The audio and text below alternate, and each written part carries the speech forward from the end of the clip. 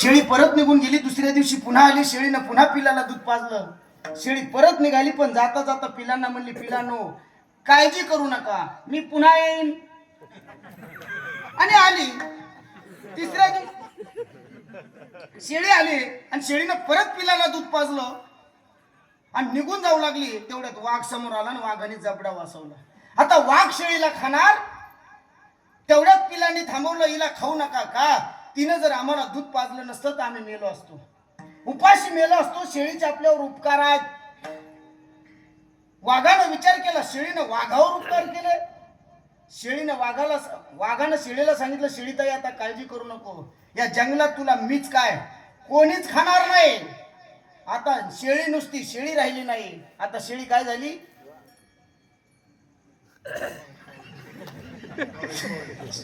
कोण म्हणलं वाघ झाली? शेळी वाघ कशी होईल? अहो शेळी नुसती शेळी राहिली नाही, मग आता शेळी बिनधास्त झाली. पण असं म्हणतात, लायकी नसणाऱ्या लोकांना जवळ ठेवलं की ते लायकी दाखवतात. शेळी तिसऱ्याच दिवशी वाघाला भांडायला आली. अरे म्हणे वाघ दादा, तू म्हणला तुला कोणी खाणार नाही, तुला कोणी खाणार नाही, पण मी काय खाऊ? वाघ म्हणला, येरी काय खात होती? शेळी म्हणली, वा रे वा, येरी बी तेच खाचन, निवडणूक लागली बी तेच खाचन, येरी तेच खायचं. आणि तू मला अभय दिलंस ते नाही चालणार. मग आता मला कवळे पानं लागतात, ते कुठं आहेत? वर झाडाच्या शेंड्याला आहेत. वाघ म्हणला, काळजी करू नको, उपकार वाघावर केलेस. वाघानं शेळीला पाठी उभा केलं आणि शेळी कवळे पानं खाऊ लागली. हे गरुडानं पाहिलं. गरुड म्हणला, ज्या वाघानं शेळीला खावं तो शेळीला खाऊ घालायला निवडणूक लागली काय? काय भानगड आहे? पण म्हणला विचाराव. आणि मग गरुड शेळीकडे गेला. म्हणला, शेळीताई, अरे ज्या वाघानं तुला खावं तो तुला खाऊ घालतोय, भानगड काय आहे? शेळी म्हणली, उग नव माय, उग नाही.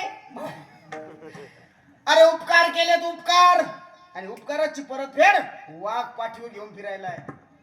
गरुड म्हणला, उपकार केले वाघ पाठीव घेऊन फिरते, आता उपकार करायचे पण कोणाव करावं, कोणाव करावं, कोणाव करावं, कोणाव करावं. समोर एक डोपकाड साचलेलं दिसलं. डोपकाड कळतं का?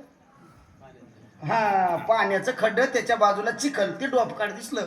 आणि तिथं उंदराची 5-6 पिलं त्या चिखलात फसली होती. गरुडाला विचार केला, ह्याच्यापेक्षा उपकार करण्याची संधी नाही. त्यानं ती पिलं घेतली आणि शॅम्पू लावून धुतली. शॅम्पू लावून नाही धुतली, कारण उंदर शॅम्पू लावी.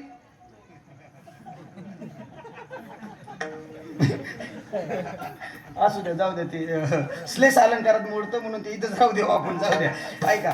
आणि मग ती पिल्लं धुतली ना, ती पिल्लं धुतल्याच्या नंतर जास्त थंडी वाजायला लागली आणि चिखलात होती तेव्हा तरी घंट्यानं मरतील का काय, आता लगेच मरतील अशी अवस्था झाली. गरुडाने विचार केला, उपकार करायला गेलो, हे काय होत आहे? गरुडाने पिल्लं जमिनीवर ठेवली आणि त्यांना ऊब देण्यासाठी आपली पंख पसरली आणि गरुडाच्या पंखाखाली उंदराची पिलं त्या ठिकाणी बसली.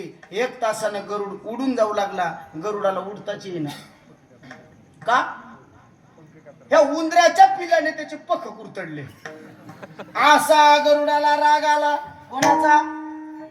उंदराचा नाही हो, शेळीचा राग आला. उंदराने त्याचं काम केलं, शेळीचा राग आला. आणि शेळीला गरुड जाऊन म्हणला, अरे शेळीताई, ज्याच्यासाठी एवढं केलं त्यानंच मोठ तिकीट काढ. तिकीटच पंकज, हे निवडणूक लागल्यावर मला असं होतं बघा. ज्याच्यासाठी मी एवढे उबदिने उपकार केले, त्या पिलानं माझे पंख कुरतडले.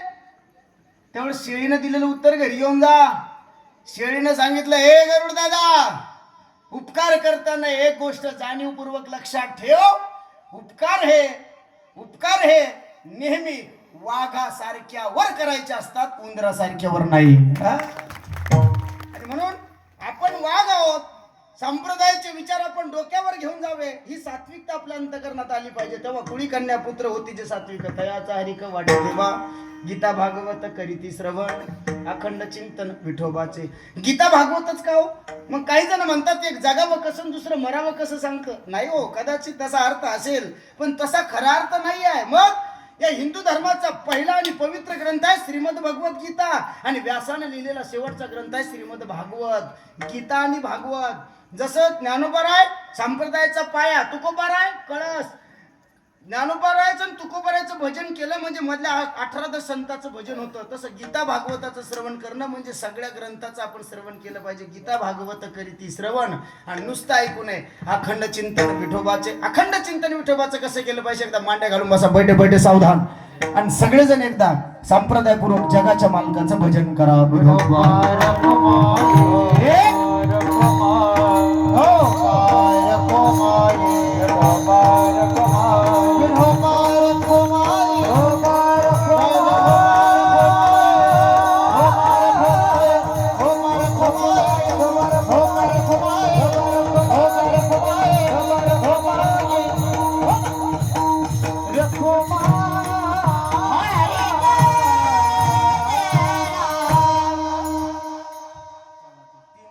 चरणाचा भावार्थ बघितला आणि असं हिंडायले म्हणलं बसंत त्या म्हणला तू चल रे म्हणलं मग तू काऊन हिंडायला म्हणला तुला आणले कोणत्याला पाहलो. आपल्या माणसाला त्रास नको, अगदी वेळेत थांबवा. अतिशय गतिमान काळ झालाय, जग धकाधकीचा आहे. जोपर्यंत आपली परमार्थावर निष्ठा आहे, जोपर्यंत आपल्याला आपलं जीवन कळतंय, तोपर्यंत सन्मानानं जगून घ्या. ज्या दिवशी आपण जाऊ ना, आप मर गए डूब गई दुनिया, मी येत जग आहे. आपण जग आहोत असं म्हणून चाललं पाहिजे, आनंदाने जगलं पाहिजे. आणि कुणासाठी जगावं? मी गेल्याच्या नंतर ज्याला फरक पडतो त्याच्यासाठी जगावं. लक्षात ठेवा, आनंदाने जगावं. खरं तर आपण गेल्याच्या नंतर काही कोणाचं मागं शिल्लक राहत नाही. महाराष्ट्राने अनुभव घेतला. मागच्या 10-15 दिवसापूर्वी महाराष्ट्राचे उपमुख्यमंत्री आपले अजितदादा पवारांच्या विमानाचा अपघात झाला आणि दादा गेल्याची गोष्ट कळाली. प्रत्येकाच्या डोळ्यातून पाणी आलं. कोणी नाही बघितलं, कोण्या जातीचा, कोण्या पक्षाचा, कोण्या धर्माचा माणूस हे बघितलं नाही. माणूस कामाचा हे बघितलं आणि लोकांच्या डोळ्यातून पाणी आलं. तेव्हा सिंधुताई सपकाळांचं एक वाक्य नजरेसमोर आलं.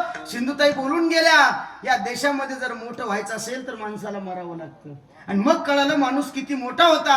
आणि महाराज 3 दिवस नुसती रील्स जरी बघितली तर लोक रडत होते. आपल्या घरातला माणूस गेला एवढं दुःख होतं. पण वहिनी साहेबांना शपथ घेतली. लोक म्हणले त्याच्या घरच्याला दुःख नाही, मी काऊन धरू? कळतंय का माझं बोलणं? कचून पूर्ण आमची एक जण पुरण टाकलं. मग 3 दिवस त्याला धोरण नव्हतं जेवणाचं. काय झालंय? आपल्या घरची माणसं सुद्धा आपण गेल्याच्या नंतर काढा काढा म्हणती, याचा झाला भूमिभार. मला हे सांगायचं आहे, जर एवढ्या मोठ्या तर आपण किस खेत की मुली आहे. त्यामुळे आणि अजून सांगतो, 3 मजली घर बांधा. आपला 14वा होस्तर पोरं शांत बसतील, मग आपल्या नावावर करायला पळतील. पण एक इट लावा मंदिराला, जोपर्यंत मंदिर आहे तोपर्यंत तुमचं नाव आहे. तुका म्हणे एका मरणाची सरे उत्तमची उरे कीर्ती मागे. अरे आपण आपलं कार्य जर मागे ठेवायचं असेल तर संसारासाठी केलेलं कार्य कधीच कोणाच्या स्मरणात राहणार नाही. पण परमार्थासाठी एखादं कार्य करा, जोपर्यंत ते कार्य आहे तोपर्यंत तुमचं नाव अमर आहे. ही गोष्ट आपण लक्षात ठेवली पाहिजे. म्हणून या गोष्टी करा. आणि तुका बरं त्याची सेवा मागतो. तुका म्हणे माझं घडो त्यांची सेवा तरी माझ्या दैवा पार नाही. आपली त्या ठिकाणी महाराज आपली सेवा मागतायत. कुणाची? ज्यानं पहिल्या चरणात वागलं तसं वागलं ना, तुको बरं त्याची सेवा मागतायत. म्हणून आपली सुद्धा सेवा मागू शकतात. ही गोष्ट आणि डोळस परमार्थ करा. घरामध्ये